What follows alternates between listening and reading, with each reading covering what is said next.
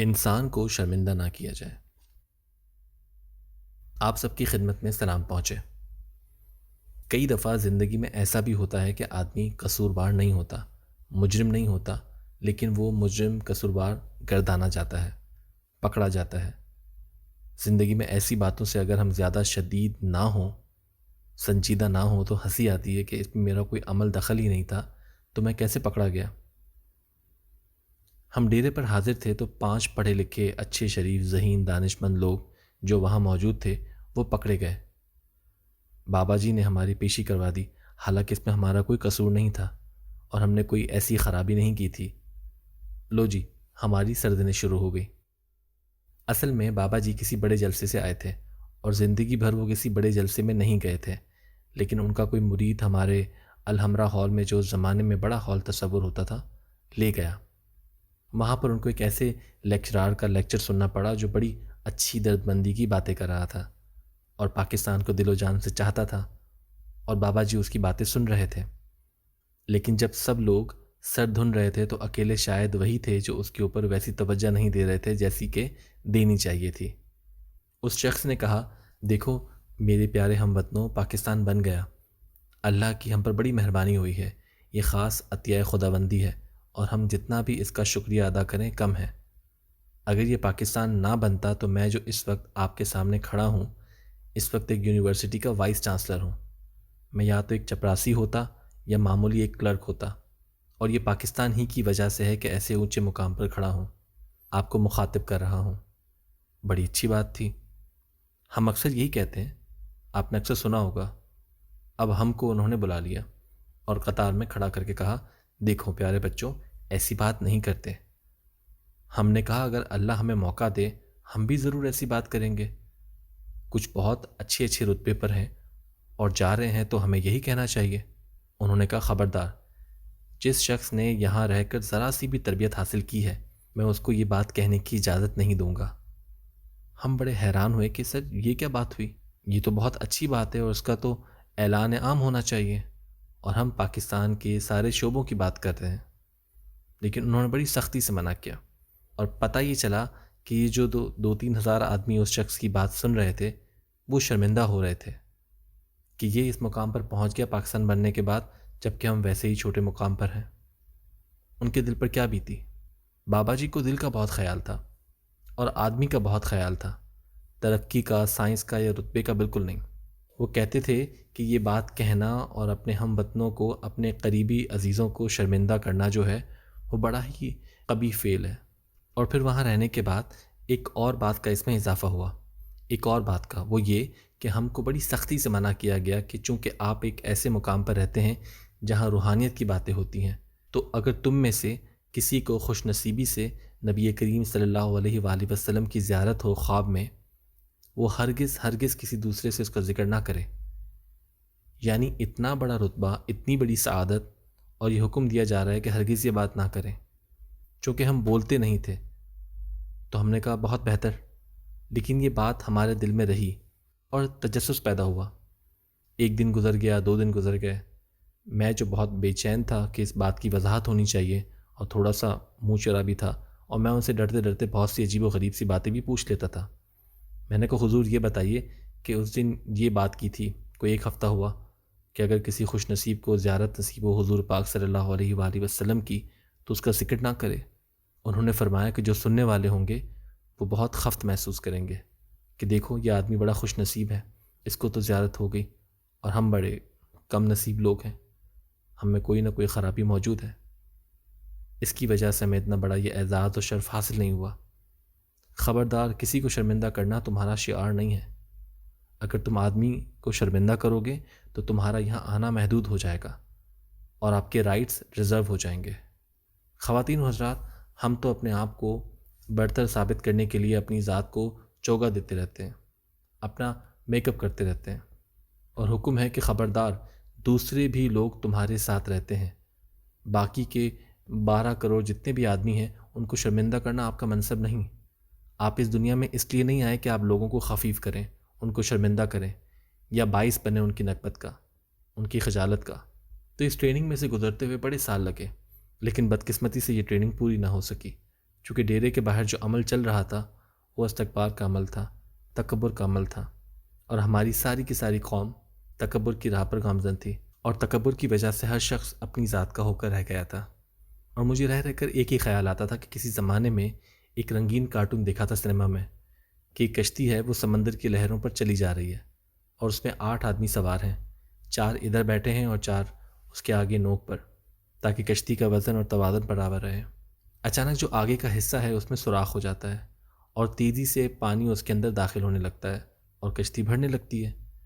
تو جو پیچھے بیٹھے ہوئے آدمی تھے ان میں ایک اٹھتا ہے کہ ایک ڈبہ لے، اور وہ چاہتا ہے کہ پانی نکال دے، تو دوسرا اس کا ہاتھ پکڑ لیتا ہے اور کہتا ہے خبردار، سوراخ ان کی طرف ہوا ہے، ہمیں کیا ضرورت ہے اس کام میں، وہ جانے، ان کا کام جانے، بیٹھ جاؤ آرام سے۔ اور وہ واقعی آرام سے بیٹھ جاتا ہے۔ تو کبھی کبھی اپنے حالات کا جائزہ لیتے ہوئے وہ کارٹون یاد آ جاتا ہے۔ اس پروگرام میں تو صورتحال آپ کے سامنے رکھتا ہوں۔ ہماری زندگی میں یہ داخل نہیں ہوا تھا کہ دوسرے آدمیوں کو کبھی شرمندہ نہیں کرنا۔ ہم تو پڑھتے ہی اسی لیے تھے اور ڈگریاں اسی لیے حاصل کرتے تھے کہ دوسرے آدمی کو شرمندہ کر سکے۔ آپ کے ملک میں دیکھیے، اتنی بڑی خبریں چھپتی ہیں کہ ہمارا ملک اس وجہ سے ترقی نہیں کرتا کہ اس میں 50% لوگ جاہل اور ان پڑھ ہیں۔ میں ان سے بڑی درخواست کرتا ہوں، میں نے دفتروں میں بھی حاضر ہو کے کہا تھا، طریقے سے یہ خبر بتایا کریں، چونکہ جو آدمی کسی وجہ سے پڑھا نہیں ہے اس کو کیوں شرمندہ کرتے ہو۔ میرے ساتھ اس طرح کا ایک واقعہ بھی گزر چکا ہے۔ ڈھابا سنگھ ایک منڈی ہے، دانا منڈی میں، وہاں پر ٹریکٹر سے بوریاں اتار کے مزدور لوگ وہ منڈی میں پھینک رہے تھے، اور دانا منڈی کے ایک آڑتی کا منشی یہ اخبار پڑھ رہا تھا کہ ہمارے ملک کی بری حالت ہے، اس میں 85% لوگ ان پڑھ ہیں جو کچھ نہیں کر سکتے، نہ ملک کا بنا سکتے ہیں نہ بگاڑ سکتے ہیں۔ جب تک ملک تعلیم یافتہ نہیں ہوگا اس وقت تک اس کی حالت نہیں بدلے گی۔ وہ اب اونچی آواز میں پڑھ رہا تھا۔ میری آرزو تھی کہ اگر یہ خبر اونچی نہ پڑھے تو کوئی حرج نہیں، اور وہ جو بیچارے مزدور اور کسان بڑے خوبصورت صحت مند بوریاں اٹھا اٹھا کر نیچے لا رہے تھے، اور وہ گندم آ رہی تھی پور میں، اور وہ گندم میرے گھر میں پہنچ رہی تھی، جس سے مجھے اور میرے بچوں کو پلنا تھا، جو ہماری زندگی کا سہارا تھی، جو انہوں نے بڑی محنت سے، بڑی محبت سے اگائی تھی، اور جسے بڑی محنت اور محبت سے مجھ تک پہنچا رہے تھے۔ ان کو یہ سنایا جا رہا تھا کہ دیکھو تم تو جاہل لوگ ہوتے ہو، اور جاہل جب تک رہیں گے ہم ترقی نہیں کر سکیں گے۔ میں ضرور چاہتا ہوں کہ ہمارے ملک میں علم کی شمع روشن ہو اور اس کی روشنی دور دور تک پہنچے، لیکن جب تک یہ لوگ شرمندہ کرتے رہیں گے تو آپ کا ملک کمزور ہوتا رہے گا۔ ہر آدمی جاہل تو نہیں ہوتا نا، جاہل ہونا کچھ اور بات ہے۔ یہ ابھی تک معلوم ہی نہیں ہے کہ پڑھے لکھے آدمی کی ڈیفینیشن کیا ہے، کس بیس پر رکھا جا رہا ہے، یا پھر اس کو جو اخبار پڑھ رہا ہے اس کو پڑھا لکھا کہا گیا ہے۔ اور پھر یہ بات ہے کہ ہم ابھی تک یہ کلیئر نہیں کر سکے کہ پڑھے لکھے آدمی کی ڈیفینیشن کیا ہے۔ یونائٹڈ نیشن نے ساری دنیا کے پڑھے لکھے کی ڈیفینیشن مقرر کر دی ہے۔ جو شخص حرف شناس ہو، الف ب ت کو پہچان سکتا ہو اور اپنا نام لکھ سکتا ہو، اس کو یونائٹڈ نیشن والے پڑھا لکھا آدمی تصور کرتے ہیں۔ پاکستان میں بھی یہی ہے کیا؟ وہ تو ہم یونائٹڈ نیشن کے ساتھ چل رہے ہیں نا، دنیا کا وہ ادارہ ہے۔ ہر مردم شماری میں یہ بدل جاتا ہے، کبھی کہتے ہیں پیراگراف پڑھ سکتا ہو تو اس کو ہم پڑھا لکھا کہیں گے، کبھی کچھ اور ہوتا ہے، کوئی کرائٹیریا نہیں ہے ہمارے ہاں۔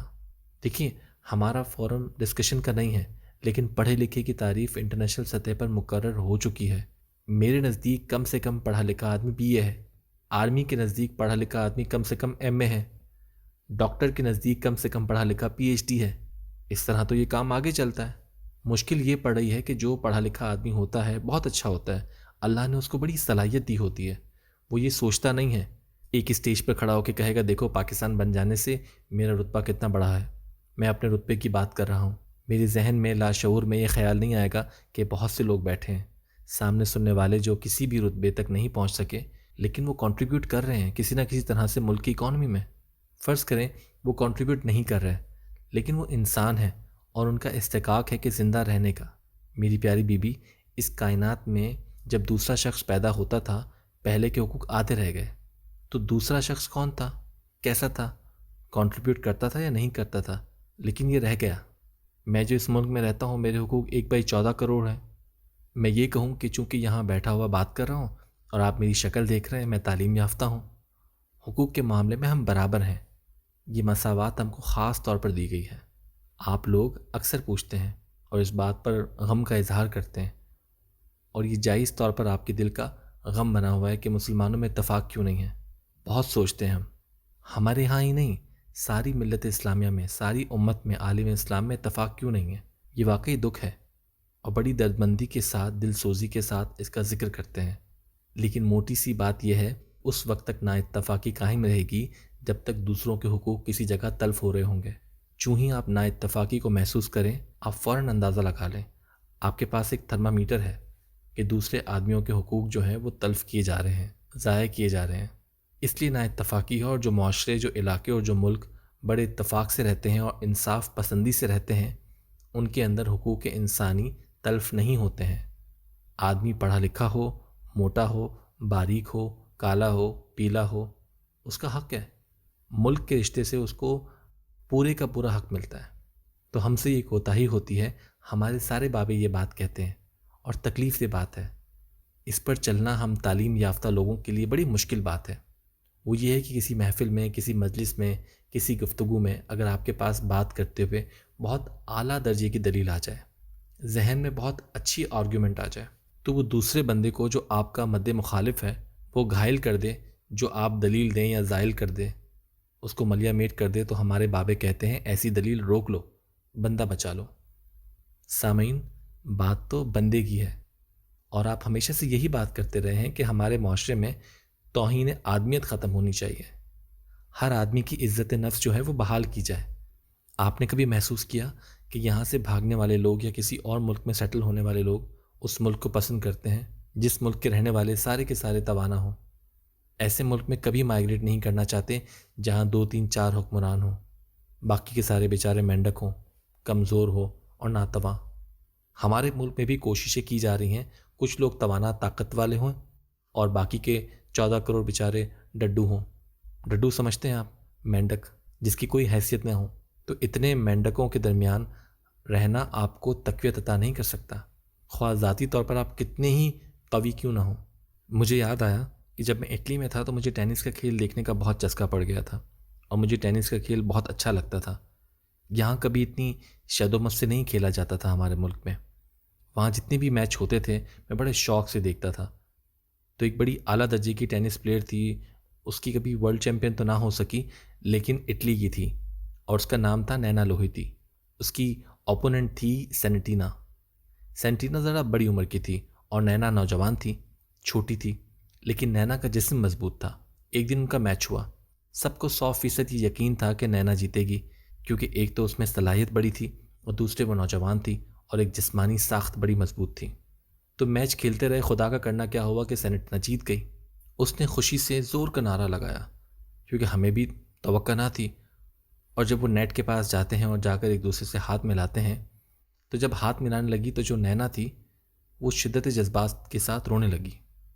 شکست بڑی ظالم چیز ہوتی ہے، اور سینٹینا نے بجائے اس کے ساتھ ہاتھ ملانے کے اپنا ریکٹ زور سے پھینکا، اور وہ نیٹ جو بڑا ٹائٹ لگا ہوتا ہے چھلانگ لگا کر اس کے اوپر سے گزر گئی، اور جا کے ہاری ہوئی نینا کو گلے لگا لیا اور اس کا سر منہ چومنے لگی۔ جتنی تیزی سے وہ رو رہی تھی اس سے زیادہ شدت سے جیتنے والی رو رہی تھی، اور سینٹینا نے اپنی جسمانی کامیابی کو ایک روحانی کامیابی میں تبدیل کر دیا۔ اور پھر اس نے اعلان کیا کہ میں کبھی بھی پھر ایسے مقابلے میں نہیں اتروں گی جہاں کسی دوسرے کو رونا پڑ جائے گا۔ پھر وہ بڑی سہیلیاں بن گئی اور اخباروں میں تصویریں چھپتی رہیں جیسے ایکٹرز کی چھپتی ہیں۔ سامعین، یہ جذبہ تو ان لوگوں میں بھی ہے، خواہ وہ اٹلی کے بھی ہوں، کہ وہ کسی کو روتے ہوئے نہیں دیکھ سکتے، جہاں شکست خوردگی کے عالم میں ایک کیفیت پیدا ہوتی ہے۔ یہ تو ہمارا پروپیگنڈا ہے کہ یورپ والے تو بالکل جذباتوں سے خالی ہیں، لیکن میں یہ بھی سمجھتا ہوں سارے کے سارا ہمارا ملک، ہمارا علاقہ یا لوگ ایسے نہیں ہیں۔ میں اس زمانے کو یاد کرتا ہوں جب میں تھرپارکر گیا تھا صحرا میں۔ ایک ضرورت تھی، ایک ایسی تلاش تھی۔ میرے ساتھ میرے دوست ممتاز مفتی بھی تھے، تو ہم گاؤں ہے چھوٹا، جدو وہاں رہے۔ وہاں لوگوں نے ہماری بڑی خاطر مدارت کی، اللہ ان کو خوش رکھے۔ یہ وہ شہر تھا جہاں ہماری مائی بھاگی رہتی تھی، بہت اعلیٰ درجے کی گانے والی، نئی نئی اس سے بھینس خریدی تھی اور اس کو نہلاتی تھی، ہم کو بڑا دودھ پلایا۔ یہ ہمارے بھائی آئے ہیں پنجاب سے، تو ہم ان کے مہمان تھے۔ گرمی بڑھ رہی تھی اور جس چیز کی ہمیں تلاش تھی وہ ابھی ہم سے دور تھی۔ ایک چورا لے کے ہم کو دے دیا، چورا جھونپڑی کو کہتے ہیں، اس میں ہم رہتے تھے۔ تو وہاں پر ایک لڑکا تھا کول نسل کا، آپ سمجھتے ہیں کول دراور؟ کول قوم جو تھر میں بہت رہتی ہے، کولین گوٹھ میں رہتے ہیں، گوٹھ گاؤں کو کہتے ہیں۔ آپ کے ملک میں رہ رہے ہیں، کبھی باہر نکلے اپنے ملک کو دیکھیں، کمال کمال کی چیزیں ہیں۔ تو ایک لڑکا آیا کرتا تھا، گاچو اس کا نام تھا، ایک اس کی بہن تھی چھوٹی سی، اور وہ گاچو جو تھا سر کے اوپر ٹکڑا رکھ کے چھائیں بیچتا تھا، جنگل چھائیں، تربوز کو کہتے ہیں۔ صبح بیچارہ لے کر آتا تھا، دونوں یتیم تھے۔ جب دھوپ بڑھتی تھی، جب 10 بجے کے قریب، تو سر کے اوپر ٹکڑا لے کر آتا تھا۔ میں اس سے چھائیں، جنگل چھائیں، ایک دو پھیکے تربوز خرید لیتا تھا۔ تو بچہ جب چل کے آتا تھا دھوپ میں، تو اس کا جو سایہ پڑتا تھا پیچھے، تو بھولی سی اس کی بہن وہ پیچھے پیچھے چلتی تھی اور وہ آگے ہوتا تھا۔ میں کہتا تھا گاچو تو اپنی بہن کو آگے کیوں نہیں چلاتا؟ تو کہنے لگا سائیں ہم یتیم ہیں، ہم جھونپڑے میں رہتے ہیں، تو گرمی بہت ہو جاتی ہے، میں چھوٹا بچہ ہوں، میرا سایہ بڑا لمبا ہے، میں چاہتا ہوں میری بہن کو گرمی نہ لگے، وہ میرے سائے سائے میں چلتی رہے۔ یہ پاکستان کے ورثے کی بات ہے، تو وہ گرمی اس کو نہیں لگنے دینا چاہتا تھا۔ تو یہ گاچو تھا۔ مایوس ہونے کی کوئی بات نہیں، بہت سے لوگ ایسے ہیں آپ کے ملک میں جو تکبر سے دور ہیں اور دوسروں کے لیے بھی زندگی بسر کرتے ہیں۔ آپ کا بہت بہت شکریہ، مہربانی۔ اللہ آپ سب کو آسانیاں عطا فرمائے، آسانیاں تقسیم کرنے کا شرف عطا فرمائے۔ اللہ حافظ۔